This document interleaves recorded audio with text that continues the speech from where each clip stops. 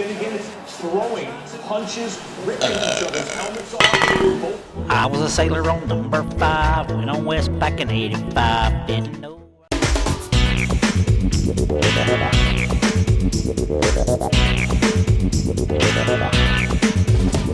Hi, welcome to SBR Forum Videos. I'm Peter Loshak. This is the return of Into the Weekend with Bet DSI, that very popular show that we've done every Thursday with Brent, the headlines manager at DSI Sportsbook, where he gives us a little bit of a glimpse into some of the action that he's taken for college and pro football for the upcoming weekend slate of games. It's a very popular show. People have been requesting it, talking about it, and I'm very happy that Brent has agreed to come back and do it with us this year. Right now, we're looking ahead to NFL Week 1 and college football Week 2. Brent, thanks for being back with us this year.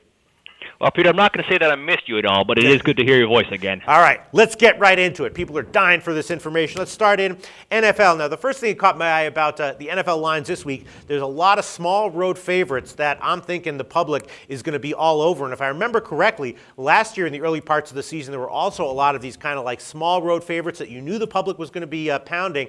And those sides wound up actually winning. And that kind of hurt the books pretty badly in the early going last year. Am I misremembering, or is that correct? No, you're remembering correctly. Yeah. I mean, things didn't start out great for us, and I mean, you're looking at the schedule here for Week 1. You got a lot of situations where the same thing.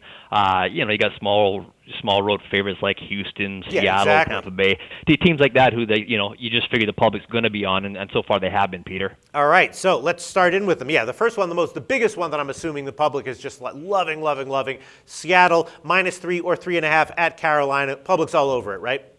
Yeah, I mean, the count there is like 5-1 right now in favor of Seattle. And you look at these two teams, I mean, Carolina, they're a decent team. I'm actually surprised we haven't had as much sharp action on Carolina yet. It could be they may be waiting for the line to go a little bit higher, though. Yeah, I mean, you have had it at 3.5, right? Yeah, we're at 3.5, dog 15, dog 20, right around there right now. But again, you look at Seattle. I mean, Wilson's great and all that, but who's he going to throw to right now? They got a lot of trouble in terms of receivers. So Carolina probably going to be a sneaky spot that we may see sharps come in on late. All right, let's talk about the others then. Houston, KC, Tampa Bay, all small road favorites that I'm assuming are majorly public backed. Is that correct? Yeah, unfortunately for us, though, the Houston game, which is on Monday night there, you've got Houston at 3.5 right now, and I've got sharps on Houston when it was 3 flat. They were laying that, and then the public's come in as well on Houston. They've been laying all the way up to the 3.5, so that's kind of an ugly situation for us right now in that we've got sharps and public on Houston. That game, too, I do have sharp money on the over 43.5, so I could see that total going up to 44. All right, sharps and public on Houston on Monday night. Then the other two games, KC, Tampa Bay. Have you gotten any buyback from the sharps on the home dogs? No, I mean, the Jets, they talk about home dog. They're as dog as it gets. Now, again, it might be a case where people are waiting to see if the line can go up to 3.5. Some places it's out there on Tampa Bay. The public is all over Tampa Bay. I mean, I'd say it's about 10-1 in favor of Tampa Bay, which is really huge. Jets are ugly on paper, yeah, but again, they're at home. And again, that might be a spot where if you're looking to catch 3.5, they might take it, but so far they have not.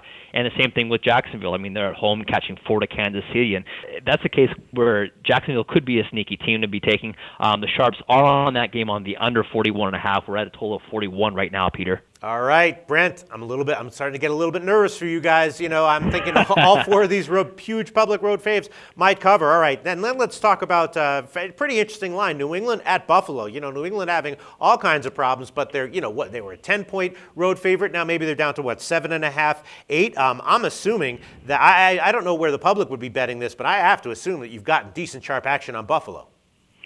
You would assume incorrectly, Peter. Really? Unfortunately for us. Yeah, the count's about 4-1 in favor of New England, and the money's worse than that. Money's about 5-1 because we have had sharp money in on New England minus 8.5 and 9. So that's a situation where, we could be in trouble. And again, people might have been sitting back to see who was going to start quarterback for Buffalo and all that kind of stuff. So that's why the line got bet up, and it's come back down a little bit. But still, we've got sharps we respect betting 8.5 and 9. So that could be a bit ugly. And also the over 50.5 they've been going with.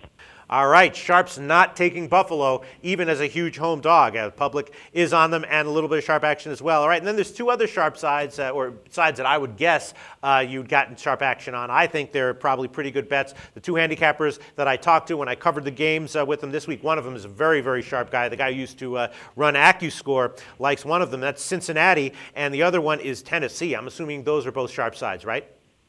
Tennessee, not so much, but you're bang on with Cincinnati there. Okay. The Sharps do like Cincinnati. They're catching. They came in +3 -05, a little bit +3 -110 as well.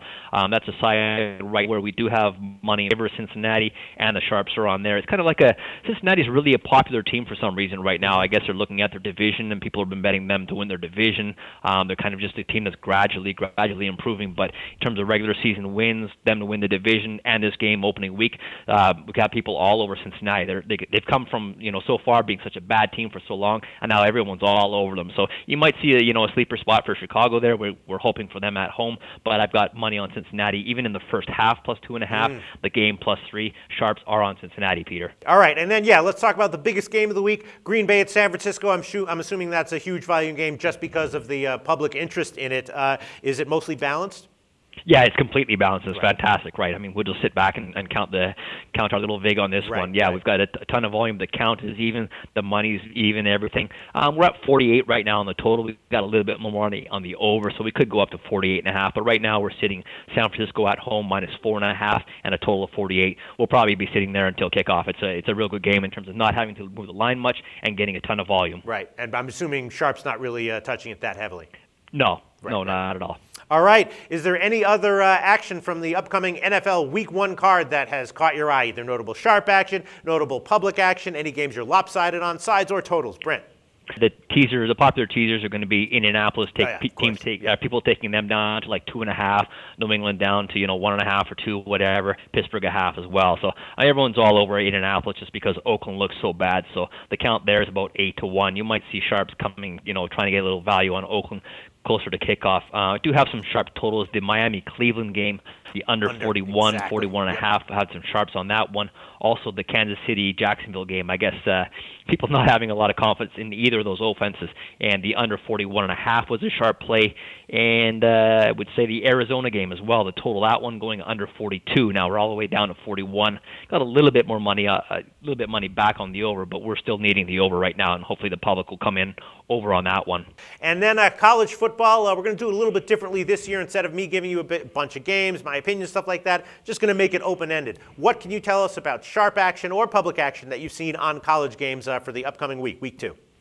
Well, the upcoming week, one of the biggest games is going to be Florida at Miami, Florida, and it's not actually, we're pretty much balanced. The count's about 2-1 in favor of Florida, but money-wise, we're pretty much balanced. Nothing sharper really to report other than just the volume. It's one of those games where you just get insane volume back and forth. One of the things I kind of look for to pass on to your viewers here is that where we get sharp public splits, and it's weird because Houston at Temple is not a game you would pick to be like that, but we do have the public all over Houston at 3, which is where the line is right now. The count's about 5-1 in favor of Houston, but the sharps did take Temple +3.5. So if that line goes up because of the public betting it a little bit too much, you might find some value there with the home dog Temple +3.5. Sharp sides we had come in. South Florida, it was a sharp side +24. Line's down 23.5 or 23 right now. That's a couple of groups on that one. Tulane is another one. We've had people betting 4.5, 5, 5.5. Line's all the way up to 6 right now. Tulane's at home to South Alabama, so that's a big one. Oregon, of course, super public side. It's just the count's like 10-1 in favor of them. Line's like 22.5. Oregon's at Virginia, so Virginia could be something to look for there, being a home dog if the line goes up to around 23. But it looks like it's gonna be no surprise. We're gonna need whoever Oregon is playing every week. Another side is Toledo. They were catching 17 at Missouri. That's a lot of points to get with Toledo. And Penn State. The Sharps' latest 22 and the latest 24. We're kind of sitting at 24 right now, but that's something to look for there. And the over in Tennessee, Western Kentucky. We've just been buried by Sharps and public. Now, it's typical that the public will bet over in a college football game with Tennessee, but the Sharps are on it as well. They laid the 55.5 and 55. We're already up to 58 and haven't got anything back, Peter, so that's going to be a dangerous game. And one more, huge volume game that you might not expect, Minnesota at New Mexico State. And people are probably going to say, huh? Yeah. But we've got Sharp split on this one. On betting on Minnesota -15, 15.5, where the Sharps come back +16, 16.5 on New Mexico State. So that's kind of driven the volume there. But it's been a really huge volume game for us. As long as it doesn't land, like 16, we're probably going to be okay there.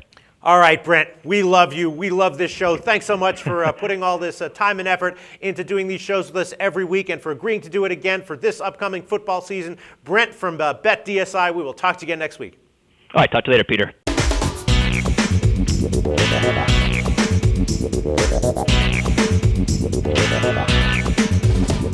Bye.